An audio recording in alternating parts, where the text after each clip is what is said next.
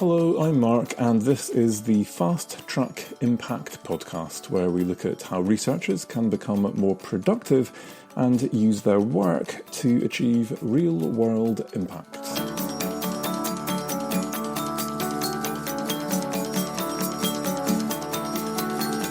In today's podcast, I'm going to be suggesting 3 ways in which you can really fundamentally motivate yourself to achieve impacts from your research.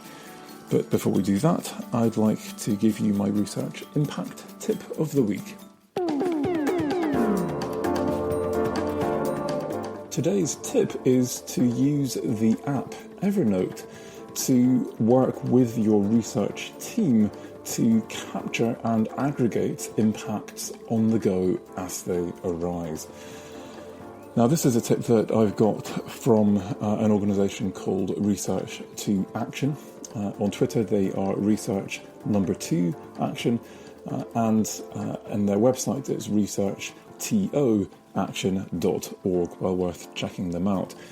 I think what is really useful about this as a tip is how easy it is to use the app Evernote and how many of us have got it. But even if you don't have the app, it's incredibly easy for other people to still use this as a tool, as part of your team, to add into whatever impacts you're trying to collect about your research as you go. Now, there are quite a lot of cool functions that this particular app has, which is, I think, why it has now become quite so commonly used. One of these is that you can capture an email and forward that to one of your notebooks in Evernote. So I have lots of different themed notebooks, work notebooks, personal notebooks. So you can organise your notes in these kinds of ways. I also now have an impact notebook in my Evernote.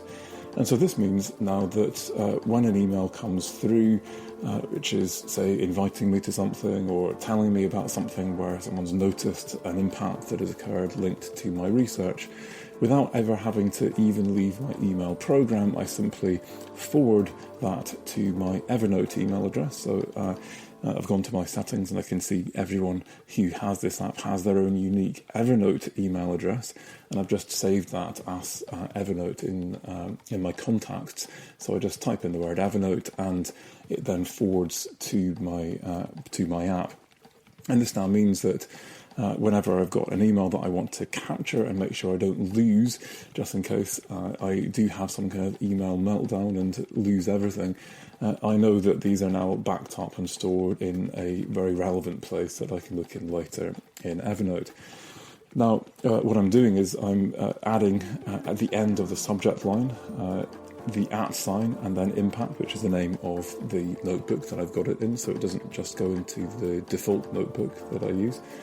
And I'm also then adding a tag, so I'm working on 3 different impact case studies at the moment. So in this case, this evening I've just added a couple of emails and put the tag UNCCD after the UN convention I'm working on for that particular impact. And I've also just been clipping some websites, so you can download an extension to most common browsers that enables you to just click a button and it then captures whatever web page you are on. Either it's the web page or a screenshot of it. You can again add tags to it. You can send it to the relevant notebook, in this case my impact notebook. You can add annotations to that as well. In addition to this, the emails that get sent, if they have attachments, PDFs, Word files, for example, they go into the note as well, and you can then search them. If you want, you can then annotate those PDFs and Word files as well. And if you have photographs, videos of events, for example, as you're capturing them, you can just instantly upload them to your Evernote and put it into the relevant notebook, so that's captured along with the rest of your impact. Now, the great thing about this is that it's not just for people who have this app and who already can use this. A lot of these functions are on the premium version of this, which I think costs £34.99 per year. if you don't have the premium version, or if you don't have it at all, then you can still send stuff to one person in your project who has this. So if you've got one person who's got that program and they've got a notebook, which they've, in this case, called Impact, then anyone in your team now can email to your Evernote email address whatever stuff they might have, whether it's photos, videos, other emails, documents that they want to capture for posterity as part of your project's impact. And they can add the same instructions at impact and any hashtags that you've decided to use, so that you can easily search through for the impacts for your particular project. And they just instantly then appear as and when people send that stuff in the relevant notebook on Evernote. Finally, one of the most powerful things about this, I think, is the fact that as a team you can now share this notebook. It isn't just on your computer, so anyone else who's got Evernote can now access that. They can share it, and it can now sit in their Evernote on their phone, on their computer, or whatever device they're using to use the app. And they can add things to it using the app interface if they want. But you can also now have team discussions next to that notebook alongside the things that you're capturing if you want. So a fairly easy to use, for most of us, quite a familiar kind of interface, kind of way that you can now collaboratively get people to input stuff to a single place where you can all access the stuff that's in theory backed up on a cloud somewhere. Here's hoping Evernote doesn't crash, but you never know. And for me, a fantastic way of really making sure that you all keep on top of capturing impacts as they occur. So my tip this week, use Evernote to capture your impacts on the go collaboratively.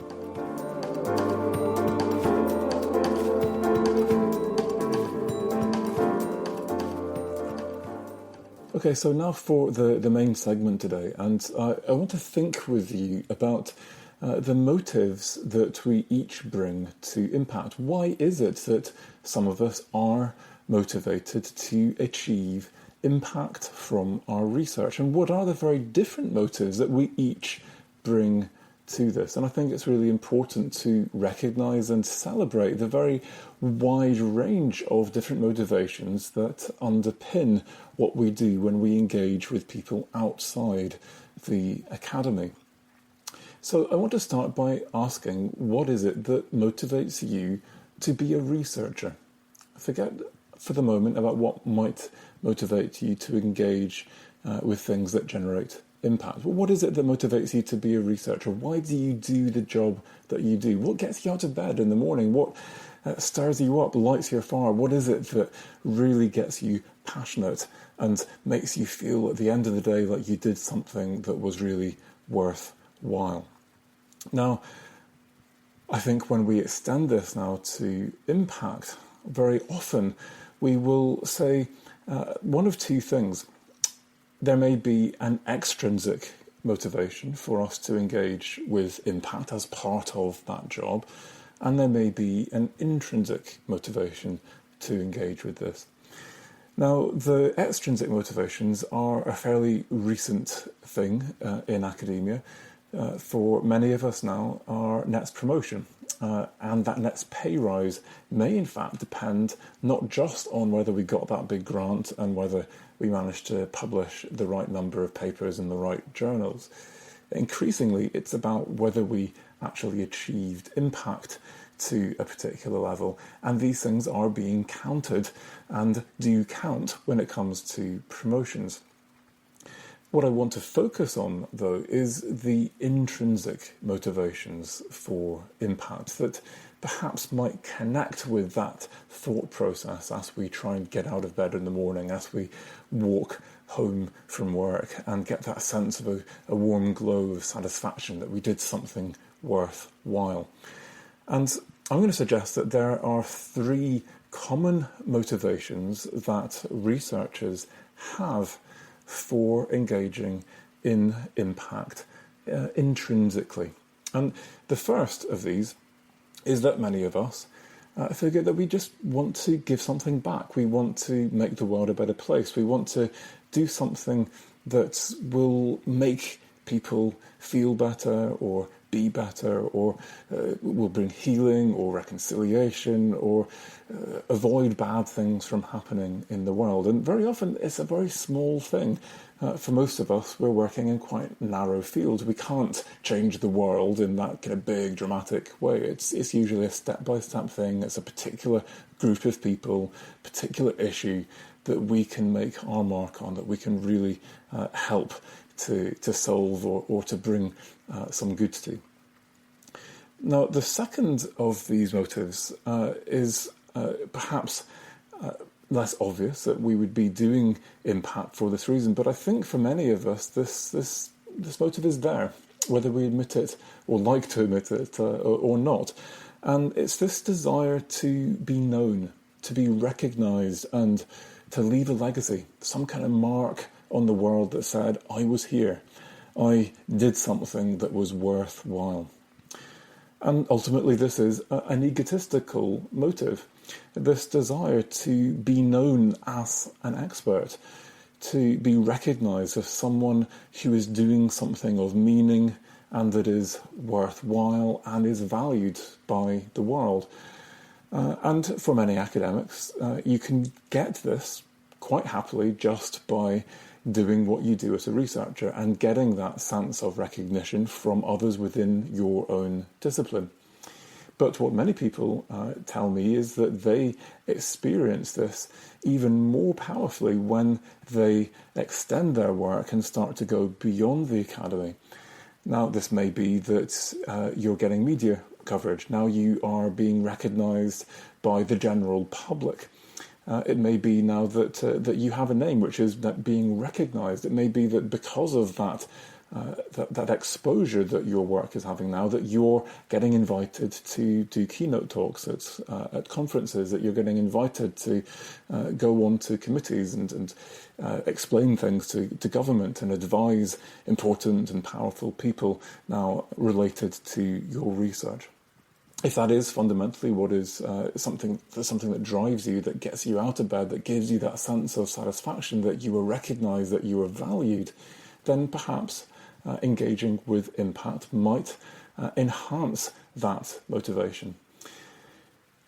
Finally, I think for me, one of the most common reasons that I hear for researchers to become researchers is an innate sense of curiosity.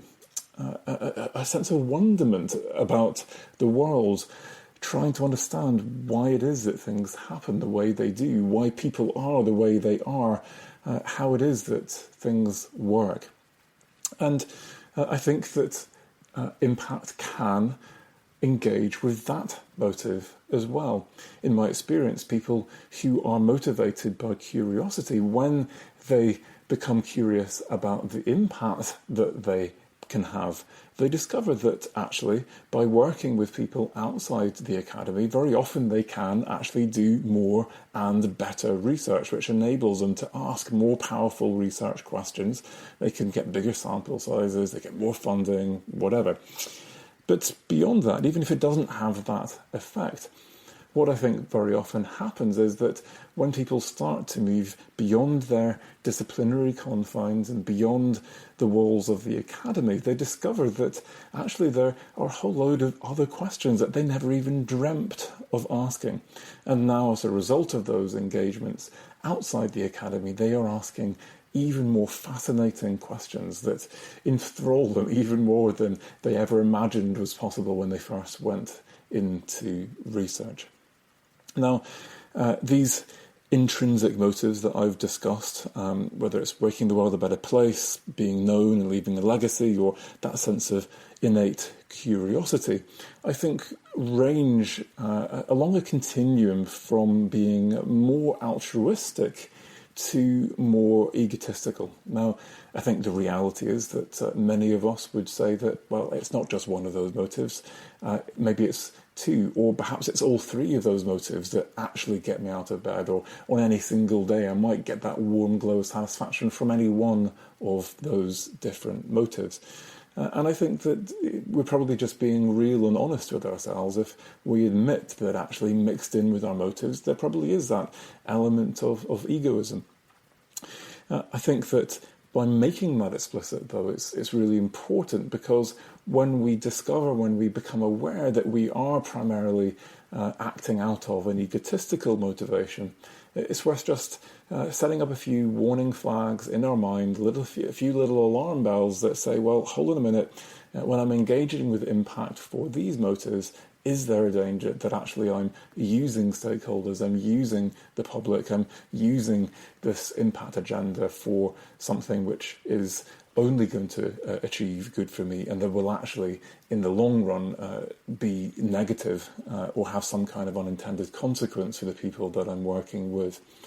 And of course, that isn't always the case. Very often it's a win-win, but I think we need to be aware of that and just call that to consciousness to avoid those more egotistical motives from actually messing things up.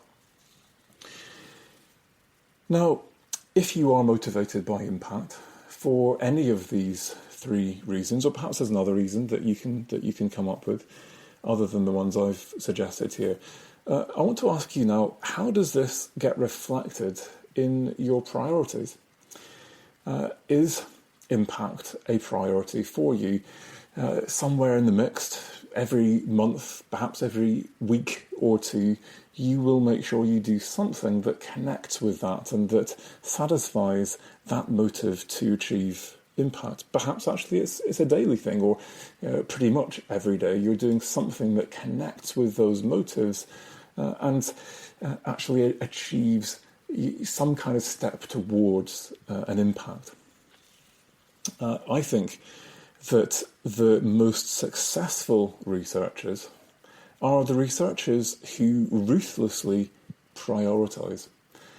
I know a lot of researchers who are incredibly productive, and they all have one thing in common: they prioritize. They don't just have a to-do list. They have a to-do list that they revisit on a regular basis. It's not just an hourly thing. It's every 2 or 3 times in an hour sometimes. These guys are checking that to-do list and they're reordering things and saying, no, this now needs to be my priority. Okay, time's running out, now this needs to be my priority. And they ruthlessly prioritize, and the things which don't make the cut, they don't get high enough up that list, they get cut. Now they're being sensible, they're being polite, they're being responsible about the things that they take on in the first place, and if they do need to delay something because it slipped down that priority list, they're getting those extensions, they're explaining what's going on rather than being a slave to the deadline and to pleasing the people who are going to perhaps be disappointed that they didn't quite make that deadline. And to be able to ruthlessly prioritize like this, these people have another thing in common. These people, in my experience, have at least one core principle or goal that they have in their mind at all times that enables them to intuitively reorder these things that they've got to do every day, so that they can keep the most important things at the top and not waste time doing things which actually ultimately don't really count towards the things that they're trying to achieve. And I think the great thing about this is that when I say ruthlessly prioritize, it means that you're not actually ruthless about your to-do list, because now, because you've got this core principle in your mind, when a student knocks on your door in floods of tears, needing your help, you aren't just saying, I haven't got time, I've got a to-do list, I need to get this done by the time I go home. You're actually saying, you know what, because of that principle that I've got, which is helping me to organise things, I'm now cutting everything on that to-do list, putting everything aside and focusing on this situation, this person who is sitting here in front of me now. And you do that with no sense of regret, no sense of, oh, I really ought to be doing something else and I'm going to do something now that I don't feel comfortable with. When you go home at the end of that day, you don't have any sense of regret that you didn't achieve all those things on your to-do list, because actually you did something fundamentally important that afternoon by giving that student your time. Now, there's a third thing that I think you need to do if you want to be able to effectively prioritise. This is whether you want to prioritise generating impact or prioritise anything else. And that is to make sure that you try and do at least one thing every single day, well, every work day at least, that helps you to move closer to that core principle or goal that you've got, that is helping you to organise everything that you do.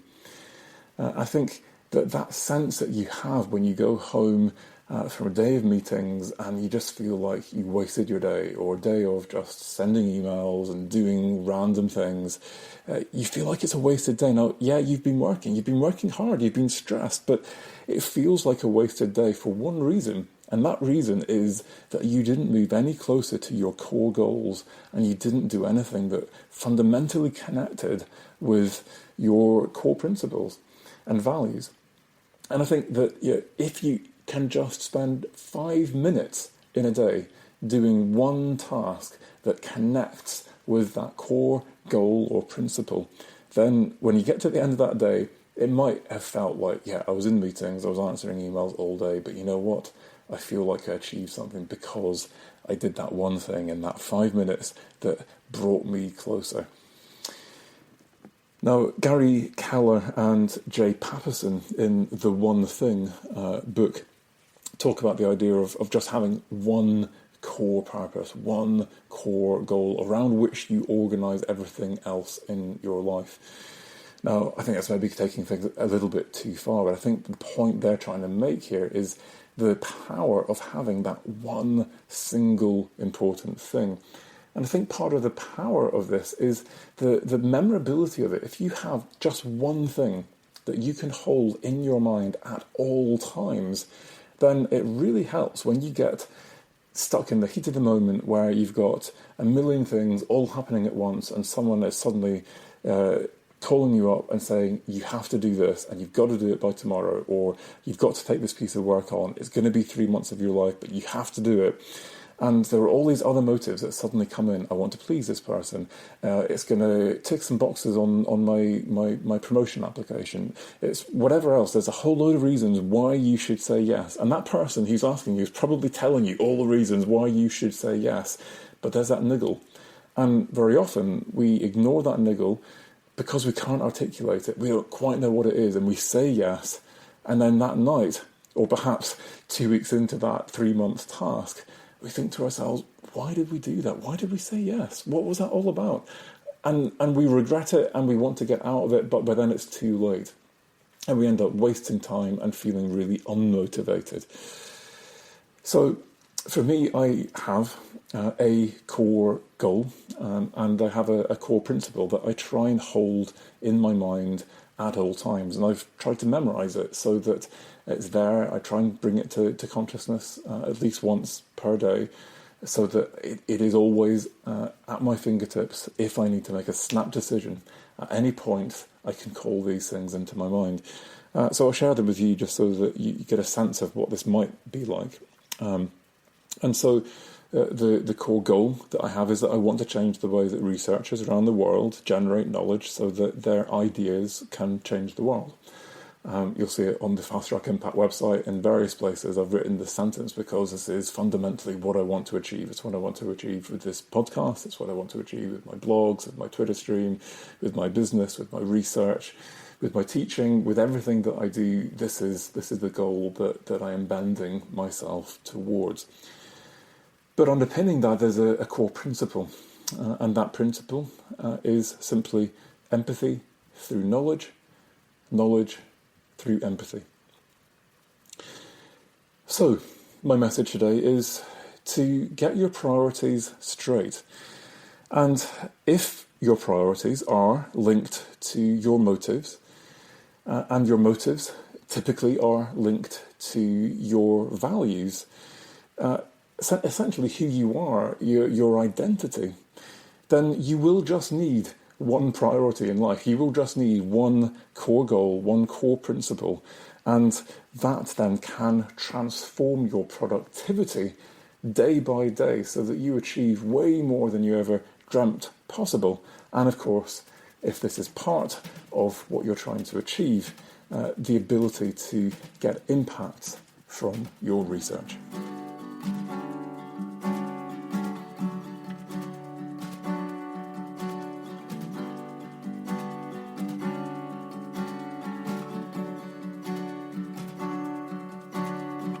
So every week I like to give you some kind of task or activity that can help you to work through the main segment and apply this in your day-to-day life before you come to next week's podcast. And this week I'd like to ask you to draw for me a pie chart. So get a piece of paper, draw a big circle on it, dot in the middle. You're going to turn this into a pie chart. And what I want you to try and draw for me is a pie chart of your identity, who you are. And I want you to try and divide up the segments and make their size proportional to how important each of these different aspects of your identity is to you. So perhaps you are, in large part, a father or a son, or a spouse. Perhaps you are a researcher, a teacher. Perhaps you are creative. Perhaps you are spiritual. Perhaps you are a sportsman. Perhaps, I don't know, whatever the list is, draw these out and create the size of each slice of that pie proportional to how important this is to who you are, what makes you up, what is essentially you. Now that you've done that, I want you to turn the piece of paper over and I'd like you to draw another circle. And this time I'd like you to try and transcribe each of the pie segment titles, but this time, instead of allocating the size to their importance, I want you to make the size of each slice proportional to the amount of time that you spend in your life being in each of these roles.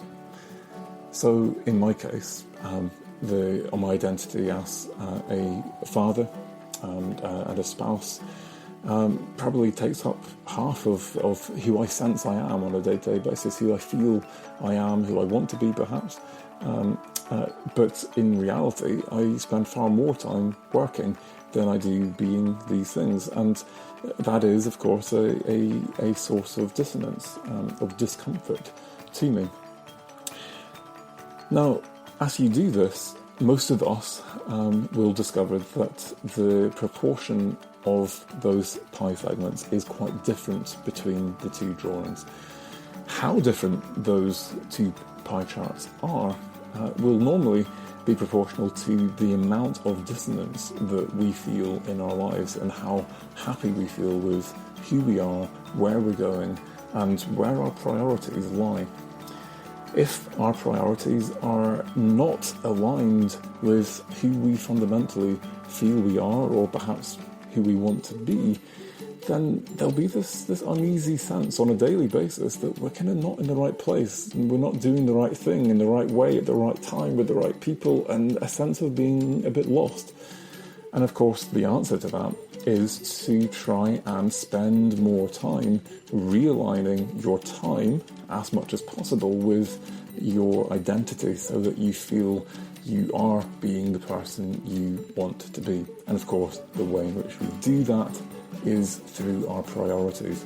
And so essentially this is a task about trying to connect your day-to-day, week-to-week, month-to-month priorities and those to-do lists that you've got, those items on your to-do list, with those much more fundamental things about who we are and our values, and hence our motives. And I think that if we can do this, each of us, as a task, and start to align our values with our motives, with our priorities, and hence the time that we spend doing what we do day in, day out, then we can far more powerfully find priorities that we are fundamentally motivated to do, and hence we do well and achieve highly in, and that enable us to get that sense of real satisfaction at the end of every day, every week, every month, every year, moving forward in a way that we feel really comfortable with. So for many of this might actually be a lesson about working less, taking more time off. For many of us, it might be changing the priorities of what we're doing and who we're collaborating with in our research, and the amount of time that we are actually putting in our diary, in our schedule, in our to-do lists, in our priority lists to do with impact. If we are genuinely serious about making a difference from our research, you might have that as an intrinsic goal. Yeah, of course I want to make a difference from my research. Of course I want to be well known. Of course I want to find out more and be more curious and do cooler research that links to impact. That might be what we say, what comes out of our mouth, but if that isn't reflected in our priority lists and what we do every day and every week, then we probably won't actually achieve what we want, and we will be disappointed in ourselves. So get your priorities straight this week if you can, and get them aligned with who you are, who you want to be fundamentally, and I guarantee you will feel amazing about doing amazing things.